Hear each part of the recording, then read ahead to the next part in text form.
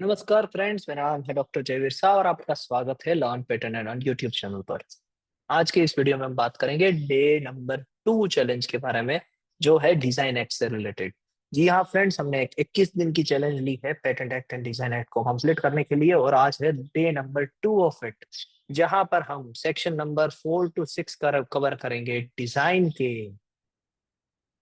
And patent का already 11 to 21 ये सारे वीडियोस अपलोड हो चुके हैं पेटेंट की 21 डेज की प्लेलिस्ट में, और डिजाइन की प्लेलिस्ट डिस्क्रिप्शन सेक्शन में अवेलेबल है। आप वहां से एक्सेस कर सकते हैं इन वीडियोस को।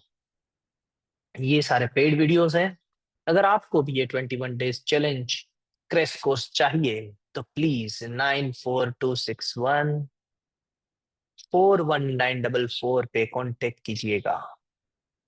चलिए आगे बढ़ते हैं इस सेशन में। तो अभी तक हमने डिजाइन का 1 to 5 सेक्शन कवर किया था in day 1 challenge, instead of 1 to 3 ज्यादा कर लिया था।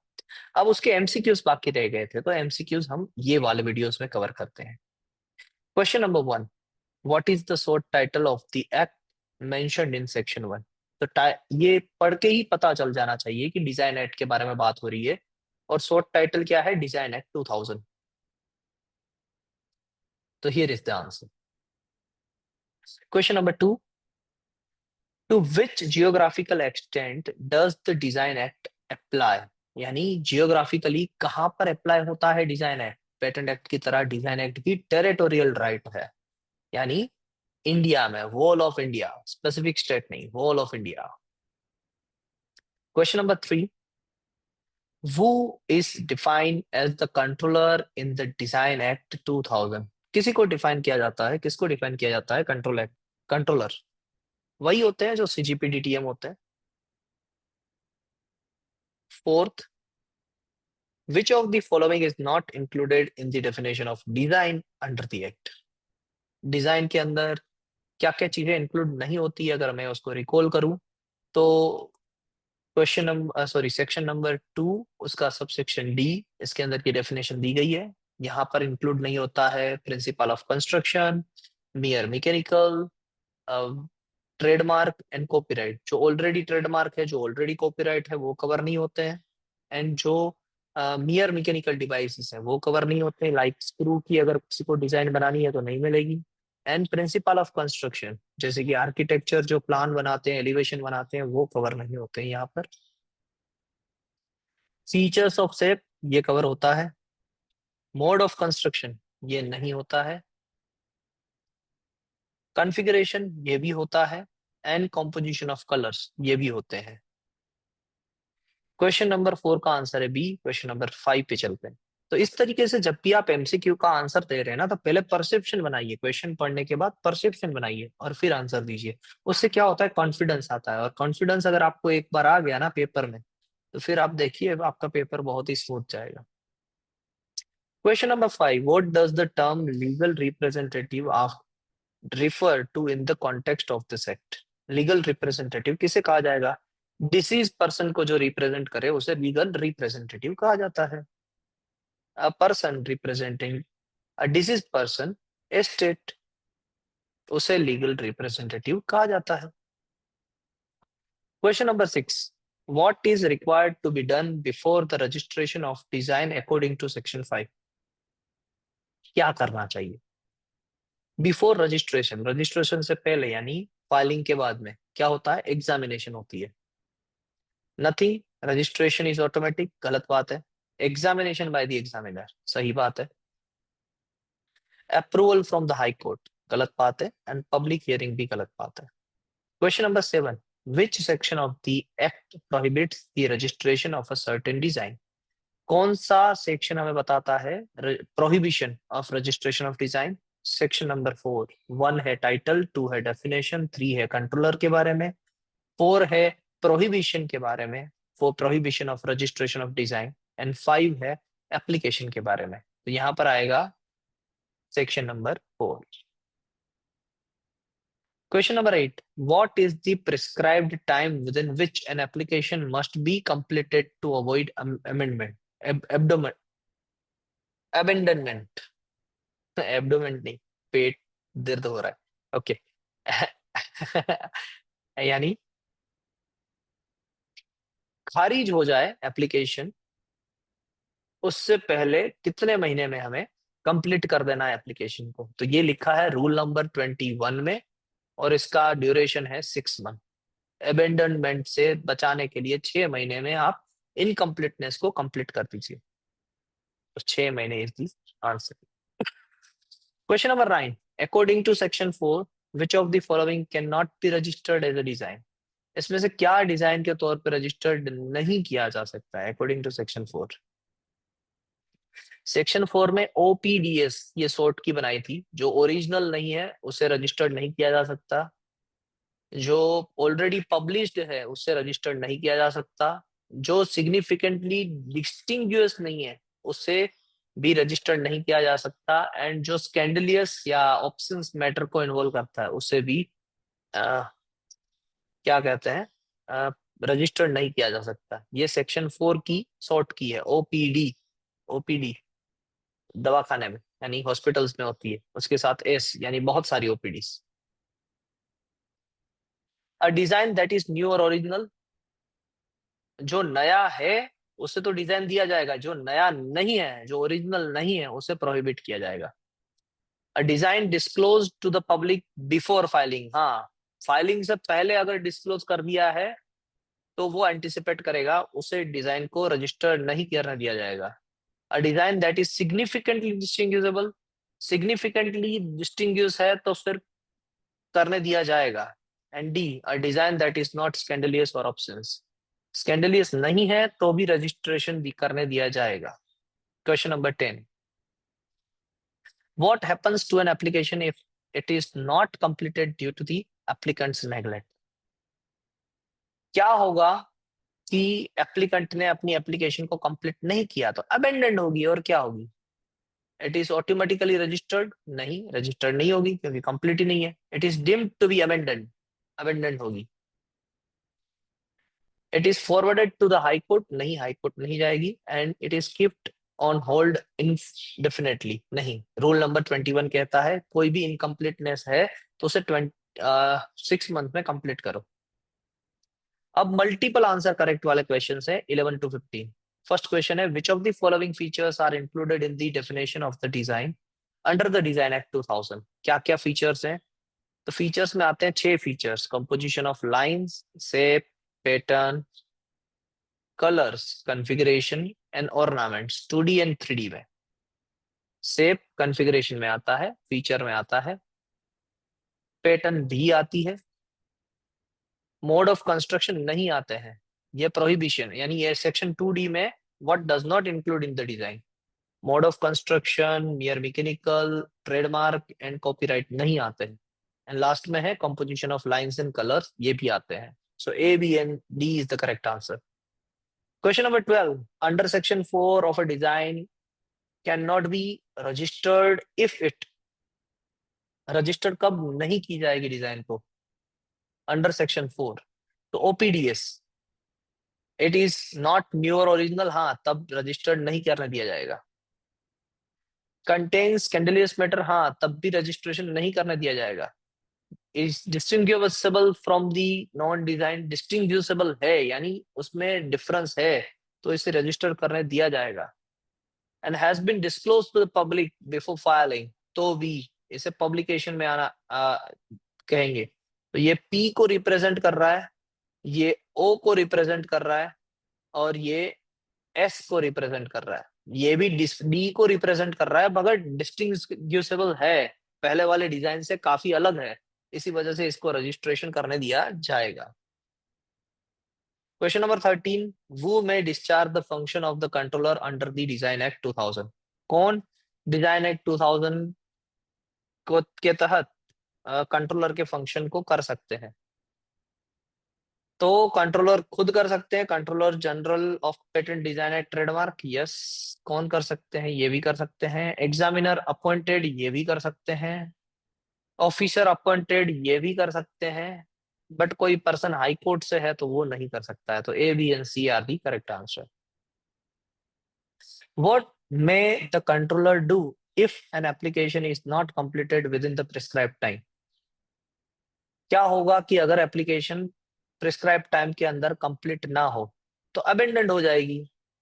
The registration register the design automatically, नहीं। Refuse to register the design, declare the application abandoned, हाँ ये कर सकते हैं, रिफ्यूज भी कर सकते हैं। And forward the application to the high court, नहीं। बी एंड सी, क्योंकि यहाँ पर मल्टीपल आंसर करेक्ट है तो अबेंडेंड तो एक सही आंसर है ही, बट रिफ्यूज भी सही आंसर होगा। 15. Which of the following are considered to be the proprietor of a new and original design under the Design Act 2000? किसको बोला जाता है proprietor of a new and original design? ए, उसमें तीन चार लोग हैं। पहला पर्सन है कि जो ऑथर है खुद, वो डिजाइन का प्रोपरेटर हो सकता है। फिर जिसने ऑथर के पास से रुपये दे के वो डिजाइन बनवाई है, वो भी हो सकता है। फिर तीसरा, पार्टनरशिप में भी ऑथर यानी प्रोपरेटरशिप हो सकती है। या लास्ट, डिवोल्व, अगर आपके पास रजिस्टर्ड डिजाइन है और आपसे मैंने परचेज कर ली तो मैं उसका प्रोपरेटर बन गया। तो पहला है a person who applies the design to an article exclusively, हाँ ये हो सकता है उसका proprietor. The author of the design, ये भी हो सकता है। The person for whom the design is executed for good consideration, किसी ने रुपये देके बनवाया है तो वो भी हो सकता है। And the controller general of patent design and trademark, ये नहीं हो सकते हैं। सीजीपीडीटीएम नहीं हो सकते हैं डिजाइन के मालिक, बाकी के सारे लोग हो सकते हैं। तो ये थे सेक्शन नंबर 1 to 5 के एमसीक्यूज, और आज हमें कंप्लीट करना है अप टू सेक्शन 6। तो चलिए आगे बढ़ते हैं सेक्शन 6 की तरफ ऑफ द डिजाइन है।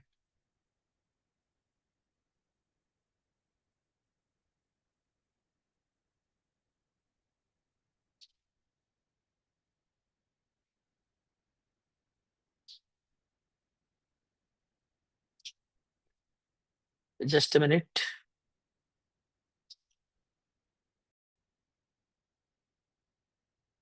जी हाँ फ्रेंड्स, तो अब हम आ गए हैं registration to be in respect of particular article, यानी section number 6 of the design act. ये क्या कहता है? इसमें बहुत ही सिंपल सी बात कही गई है। चले पहले इसमें पॉइंट्स देख लेते हैं, फिर मैं आपको इसकी केस स्टडी भी समझाता हूँ। One class but many articles, इसका मीनिंग क्या हुआ? चलिए समझते हैं। One class but many articles, इसका मीनिंग हुआ कि आपने सपोज एक डिजाइन को, डिजाइन है D1, इस डिजाइन को आपने क्लास 1 के अंदर सबसेक्शन 1 में फाइल किया था, और इसी डिजाइन को आपने क्लास 1 के अंदर यानी सेम क्लास बट सबसेक्शन 3 में फाइल किया था। 1 में फाइल कब किया था? 1/1/23 को। एंड 3 में फाइल कब किया?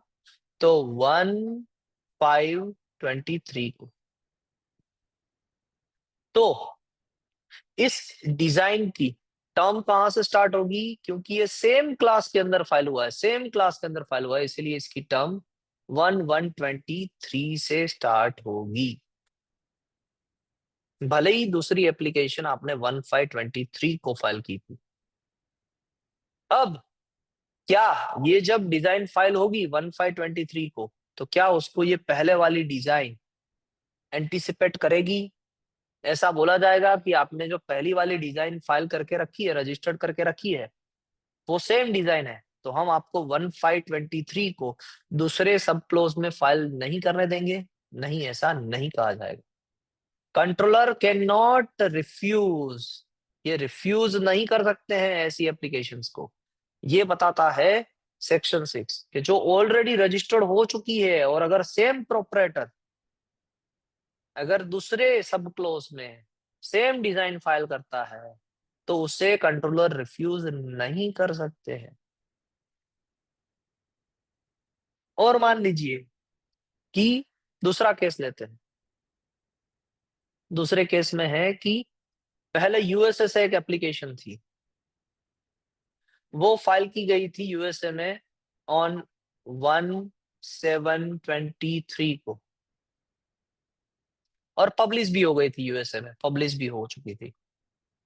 एंड फिर इंडिया में वो एप्लीकेशन फाइल हुई। इंडिया में 6 महीने के अंदर अंदर फाइल किया जा सकता है as per section 44 of the design act. तो फाइल हुई 1/10/23 को, विद इन 6 मंथ। तो अब इस केस में क्या कंट्रोलर ये कहेगा कि आपकी एप्लीकेशन तो ऑलरेडी पब्लिश्ड है, इसलिए मैं इस एप्लीकेशन को इनवैलिड नहीं मान सकता? नहीं, वो वैसा नहीं कह सकता है। अगर प्रीवियसली पब्लिश्ड भी है तो भी उसे इनवैलिडेट नहीं कर सकता है कंट्रोलर। अगर सेम प्रोपरेटर अगर प्रीवियसली पब्लिश्ड हो या प्रीवियसली रजिस्टर्ड हो और उस एप्लीकेशन को दूसरे किसी क्लास में या एक क्लास के दूसरे किसी सब क्लोज में फाइल करते हैं, तो उस एप्लीकेशन को रिफ्यूज या इनवैलिडेट कंट्रोलर नहीं कर सकते हैं और कंट्रोलर का ही डिसीजन फाइनल माना जाएगा। यानी कि अगर कोई दूसरा पर्सन आके फाइल करता है तो फिर कंट्रोलर मना कर देंगे, मगर same proprietor, same person, same owner आके बात करता है तो कंट्रोलर मना नहीं करेंगे। ना वो रिफ्यूज कर सकते हैं, ना वो इनवैलिडेट कर सकते हैं पहले वाली एप्लीकेशन से। तो यही 3 पॉइंट थे जो आपको क्लियर करवाए। यानी आपने अगर पहली एप्लीकेशन, डिजाइन में ऐसा है कि आपने पहले एप्लीकेशन फाइल कर दी है एक बार और आप वही एप्लीकेशन को दोबारा किसी और क्लास में या किसी और सेम क्लास के सबसेक्शन में फाइल कर रहे हैं, तो आपकी एप्लीकेशन को इनवैलिडेट नहीं किया जा सकता।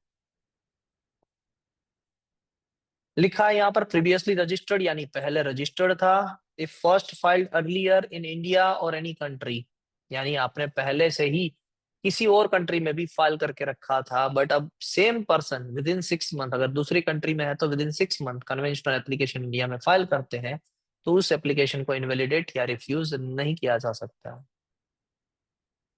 But tenure will be the same. Tenure कब सेम रहेगा? जैसे मैंने कहा उस तरीके से, अगर आप सेम क्लास में क्लास 1 सब क्लोज 1 एंड क्लास 1 सब क्लोज 3 के अंदर एक एप्लीकेशन को फाइल करते हैं, दोनों का क्लास सेम है, तो उस केस में दोनों का टेन्योर जो फर्स्ट फाइल्ड है वहां सही रहेगा। बट अगर दोनों का क्लास अलग अलग है, यानी सेम एप्लीकेशन को आप, सेम डिजाइन की एप्लीकेशन को आप क्लास 1 में भी फाइल करते हैं एंड क्लास 3 में भी फाइल करते हैं इन एनी सबसेक्शन, तो उस केस में क्लास चेंज होने की वजह से दोनों के टेन्योर भी डिफरेंट डिफरेंट रहेंगे। अब आपके दिमाग में ये कंफ्यूजन होगा कि सर ऐसा थोड़ी ना हो सकता है कि एक ही क्लास में समझ गए कि चलो एक फर्नीचर का क्लास है तो आपने टेबल पे एक सेम डिजाइन रखी और कुर्सी पे एक सेम डिजाइन रखी, बट क्लास डिफरेंट हो सकते हैं क्या सेम डिजाइन के? हो सकते हैं। क्यों हो सकते हैं? एक एग्जांपल देता हूँ। मान लीजिए कि आपने एक चेयर देखी थी, चेयर में होते हैं ना छोटे छोटे बॉक्सेस के पैटर्न बने होते हैं, वो छोटे छोटे बॉक्सेस के एक पैटर्न बने थे, वो चेयर के अंदर इम्पोज किया गया था, और वही डिजाइन को एक बल्ब के ऊपर एक जाली लगाते हैं ना, जो बल्ब के ऊपर जो एक जाली लगाते हैं, उसके लिए यूज किया गया था। अब होता क्या है कि बल्ब जब इल्यूमिनेट होता है तब वो जालियों में से जो प्रकाश आती है, जो लाइट्स बाहर निकलती है, उसकी वजह से पूरे रूम का डेकोरेशन चेंज हो जाता है। तो वहां पर डिफरेंट एस्थेटिक व्यू के लिए यूज किया गया है उस जाली को। जाली सेम है, जाली तो वही है जो कुर्सी बनाने के लिए यूज हुई थी, मगर उसी जाली का एक नया एस्थेटिक लुक बन के आ रहा है बाहर, तो डिफरेंट क्लास में, फर्नीचर के क्लास में भी यूज हो सकता है एंड वही जाली बल्ब के यानी इलेक्ट्रॉनिक डिवाइस में भी यूज हो सकती है, तो क्लास भी चेंज हो सकते हैं। तो जब भी ऐसा होगा तब उसे नई टर्म मिलेगी। अगर नए क्लास के लिए फाइल्ड है तो नई टर्म मिलेगी, सेम क्लास के लिए फाइल है तो सेम टर्म मिलेगी। अब दूसरी बात यहां पर लिखी हुई है कि मान लीजिए कि जो पहली एप्लीकेशन थी, आपने एक एप्लीकेशन फाइल की और कंट्रोलर को यह पता चला, आपने एक एप्लीकेशन फाइल की ऑन 1/7/23 अंडर क्लास 1 सब क्लास 5 और कंट्रोलर को ये पता चला कि सिमिलर काइंड ऑफ एप्लीकेशन, ये इससे सिमिलर एप्लीकेशन एक और पर्सन ने, T1 पर्सन ने ऑलरेडी फाइल करके रखी है ऑन 1/1/23 को, either in a same class or in a different class, but substantially same application है, सब्सटेंशियली सेम डिजाइन है। तो दोनों केसेस में अलग अलग आंसर आएंगे। अगर आपका सेम क्लास है, ये पर्सन ने भी सेम क्लास के अंदर फाइल करके रखा है, तो आप आपको इनसे राइट्स लेने पड़ेंगे कि पर्सन वन मुझे आपकी एप्लीकेशन दे दीजिए, और अगर वो पर्सन वन आपको एप्लीकेशन नहीं देता है तो बाय डिफॉल्ट आपकी एप्लीकेशन उनके नाम पे हो जाएगी। अगर पर्सन वन आपको परमिशन देता है कि चलो मैं अपने राइट्स बेचने के लिए रेडी हूं, तो उस केस में आपने इसी डेट पे फाइल किया था एप्लीकेशन ऐसा माना जाएगा। 1/1/23 की भी एप्लीकेशन आपने ही फाइल की है ऐसा माना जाएगा,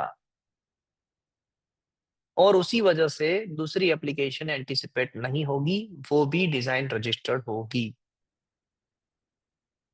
अब अगर दूसरा क्लास है, सपोज कोई क्लास नंबर 2 है, 3 है, तो फिर इफेक्ट नहीं करेगा, तो फिर ये चीज एंटीसिपेट नहीं करेगी, क्योंकि दोनों के पर्सपेक्टिव व्यूज ही अलग अलग है। तो ये बात पूरी लिखी गई थी सेक्शन नंबर 6 में। सेक्शन नंबर 6 से लेके 10th तक आएगा। 10th के बाद हम एमसीक्यूज को भी देखेंगे, तो उसके लिए stay tuned with this series. ये डे नंबर 2 का चैलेंज था। आज हमने सेक्शन 6 तक डिजाइन एक्ट भी कवर कर लिया एंड पेटेंट एक्ट को 22 सेक्शंस तक कवर कर लिया है।